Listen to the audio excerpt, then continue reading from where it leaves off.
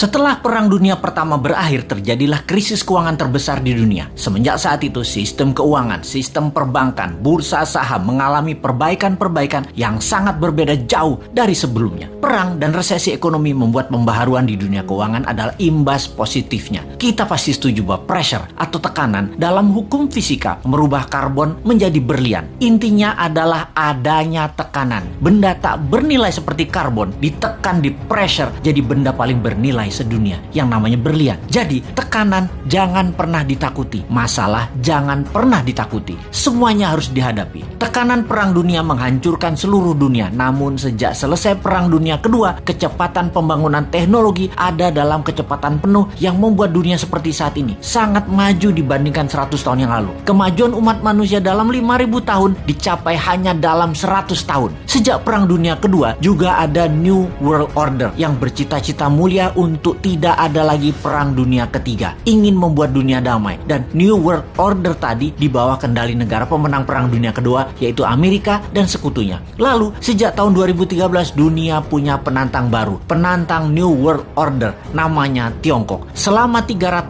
tahunan Tiongkok menguasai perdagangan. Tiongkok kemudian dikerjain sama Eropa di awal abad 20, dihajar Jepang, sehingga dalam 200 terakhir penjajahan Eropa membawa kemunduran bagi Tiongkok. Deng Xiaoping kemudian punya ambisi besar, yaitu rebut kembali perdagangan dunia di bawah kendali Tiongkok. Dan kemudian faktanya adalah dalam 40 tahun, sejak tahun 1989 hingga saat ini, Tiongkok membuktikan telah menjadi negara perdagangan nomor 1 di dunia lagi. Menjadi negara kedua terkaya di bawah Amerika. Dan di tahun 2013, Tiongkok mulai ekspansi ekonominya. Strategi mencaplok ekonomi itu namanya BRI atau Belt Road Initiative, atau juga dikenal dengan nama lain, OBOR, One Belt One Road. Dunia diikat atau di belt menjadi satu, semuanya ke arah Beijing. Negara di bawah Tiongkok diperlakukan seperti provinsinya Tiongkok, sampai menggunakan yuan mata uangnya. Banyak negara Afrika, Asia, Amerika Latin yang mulai dikendalikannya. Memang ekonominya negara tersebut terlihat maju, tetapi hanya fisiknya saja yang maju, yaitu gedung, jalanan, namun kedaulatannya terambil, terutama uangnya. Sungguh, darahnya ekonomi adalah uang, dan uangnya itu harus pakai yuan. Di tahun 2016, seorang Sontoloyo yang namanya Trump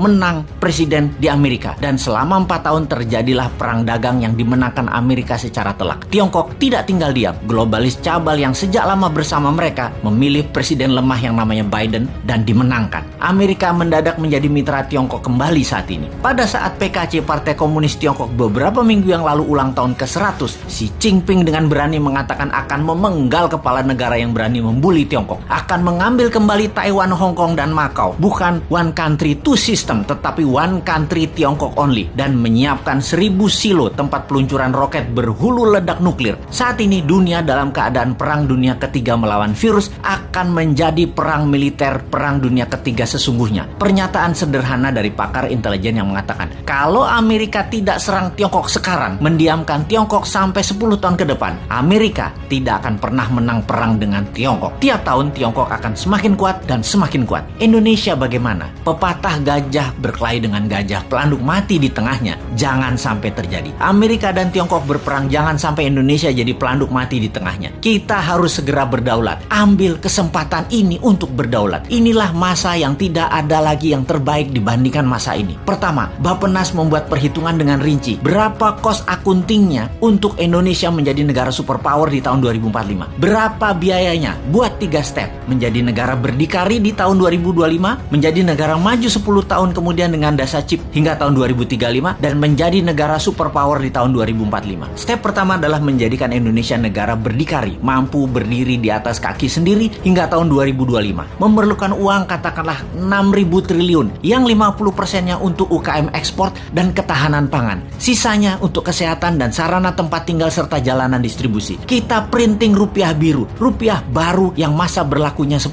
tahun. Dalam 6 bulan ini sampai akhir tahun 2021, hitung rinci dan gelontorkan mulai awal tahun 2022 dengan kecepatan penuh dan secepatnya kepada UKM-UKM. Lihat hasilnya bagaimana strategi New Mind ini akan menghasilkan karya, yaitu Indonesia negara superpower.